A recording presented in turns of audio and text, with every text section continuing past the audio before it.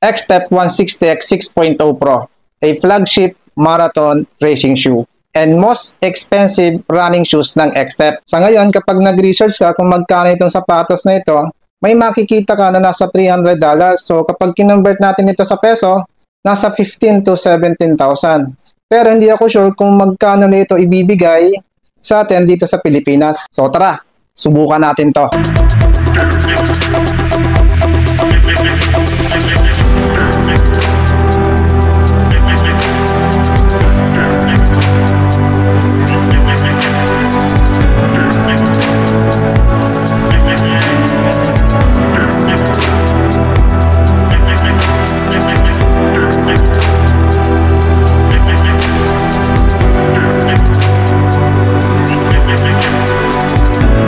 Disclosure, itong sapatos na ito ay pinadala sa akin ng X-Step official store para gawa ng review.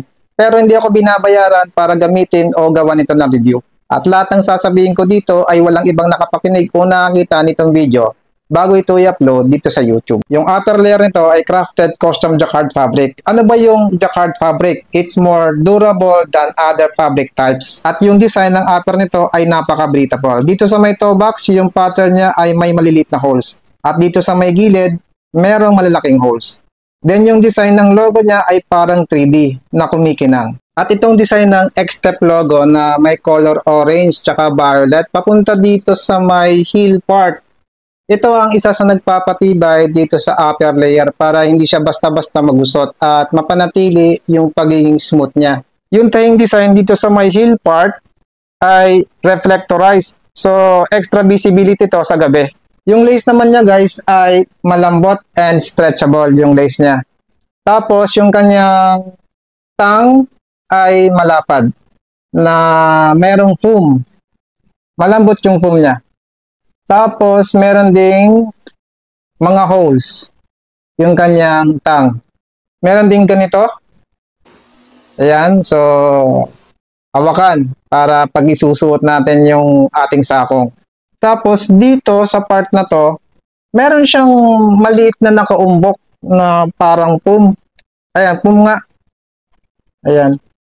Tapos pag tiningnan mo siya, napaka-minimal ng sapatos.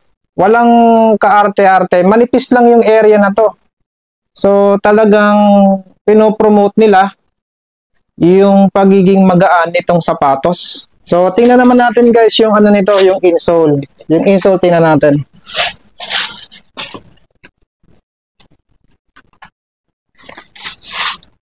Ayan, ito yung insole niya. Maraming holes. Ayan, may nakalagay na Run Fast 160X 6.0 Pro. Malambot siya. Tapos, mayroong support kahit papaano dito sa arch na area. Nakatatak pa rin na 60X, 160X. Ayan, yung loob guys. So, kitang-kita nyo yung pumapasok na ilaw dun sa loob, dito sa toe box. Ayan. Yung midsole nito ay new upgrade ng X-Step Ace technology na lower density and lightweight. Teka, ano ba itong X-Step Ace technology? Sabi nila, gumamit sila ng shot foaming para maging mas uniform yung appearance ng foam. Dahil doon, gumaan ito at mas nag-improve yung rebound, shock absorption at performance. At yung heel nito ay mas pinakapal kaysa old version na dati ay 3mm to 5mm para mas makapagbigay ng forward momentum. Guys, wala akong nakitang information tungkol sa kung gaano kakapal yung forefoot nito tsaka yung rear foot. Importante kasi natin malaman yon para malaman natin yung drop. Pero, subukan natin sukatin.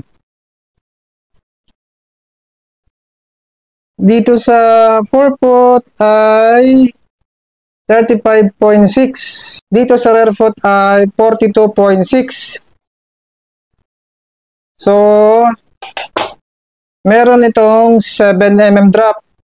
Guys, yung measurement na nakuha ko dito ay pwede pang magbago. Pwedeng mabawasan or madagdagan kasi nag-focus lang ako sa pagsukat dito sa gilid ng midsole. Yung pagsusukat talaga dito ay tinatanggal nila yung insole. Tapos may tools na pangsukat talaga.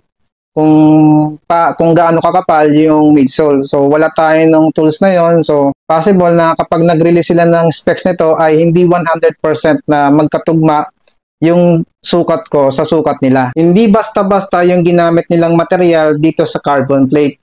Made of PI with 8 layers of carbon fiber. Ano ba yung PI?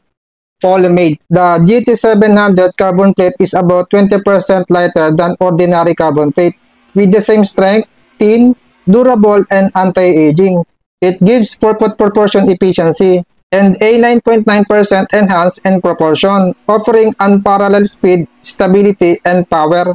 Yung rubber outsole nito ay CPU material na 3 times wear resistance than ordinary rubber at strong grip, easy to handle a various road surface. So ano itong CPU?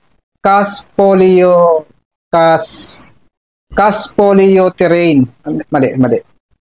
Cast polyurethane. Yan. Ginagamit yan para makapag-produce ng belts, hoses, and even tires. So ano masabi ko sa sapatos na ito guys? Unang-una, pag nakita mo to sa personal, mapapansin mo na kagad yung pagiging premium niya.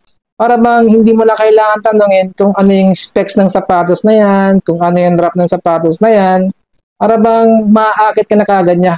Ibang-iba yung aura niya. Napahanga din ako sa design nito kasi napaka-detail niya. Yung mga edges nito, ang sharp, kitang-kita mo yung separation ng bawat design. Nung na-receive ko itong sapatos na ito, gustong-gusto ko na kagad itong subukan. Gustong-gusto ko nang itakbo. Kaso, hindi ako makatakbo at umuulan. Maputik yung kalsada. So, naghintay ako ng ilang araw na gumanda yung panahon. Kaso, hindi tayo mapagbigyan. So, nainip ako. Itinakbo ko na rin kahit medyo maputik. Kaya mamahalin ka, hindi ko ikaw pwedeng itakbo sa putikan. Ano ka? Tinakbo ko na sa putikan. Nainip na kasi ako eh. So, para malaman ko din kung ano ang performance nito sa basang kalsada. Then kanina, bago ako tumakbo, katatapos lang umulan. So, basa yung kalsada. Maayos yung grip ng outsole niya. Hindi ako nakakaramdam na para akong madudulas. Kanina, naka 10 km tayo na mayroong easy, speed, and sprint. Tingnan nyo guys, yung outsole niya. Wala pang gas-gas. So, masasabi ko na matibay, durable yung outsole nila. Dati kasi kapag nakakita ko ng ganitong outsole, yung color, may color, hindi ako naniniwalang matibay. Kasi nasanay ako na yung outsole ay color black lang. Yun lang yung iniisip kong matibay. Pero yung ganito palang design ng ng outsole, yung rubber outsole ay matibay pala. Yung midsole naman ito guys ay malambot and responsive. Mag-i-enjoy ka sa bawat hakbang mo dito kahit na mapapa-fast pace, easy. Ramdam na ramdam mo yung pagiging softness ng midsole nito. Ito guys ay tumitimbang ng 185 grams sa size ko. Napakaganyang itakbo.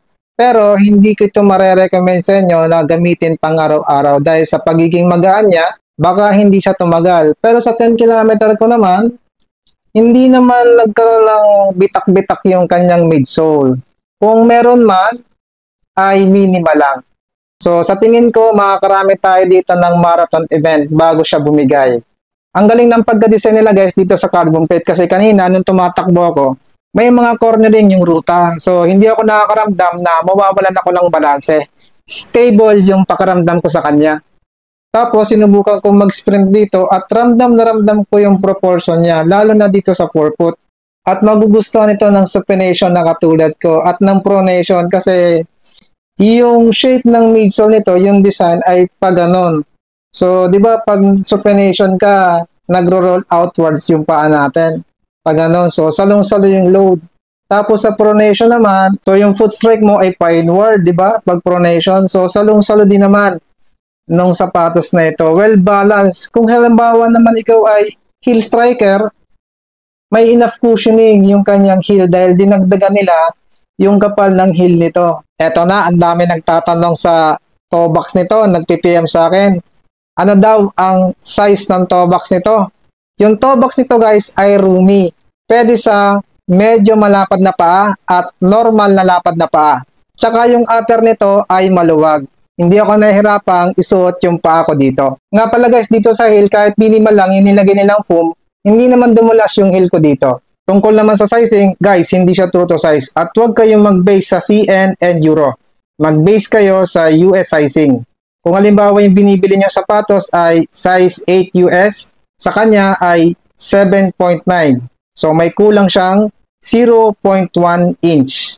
So ganun ba kalaki yung 0.1 inch na difference? Eto. Ayan. So bakit wag sa CN and Euro sizing? Kasi pinag-compare ko yung dalawa. Parehas ang Euro nito tsaka CN sizing nito. Mas mahaba si X-Step kaysa dito kay Flame 3.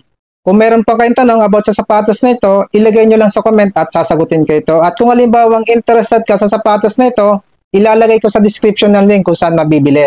Maraming salamat and run safe.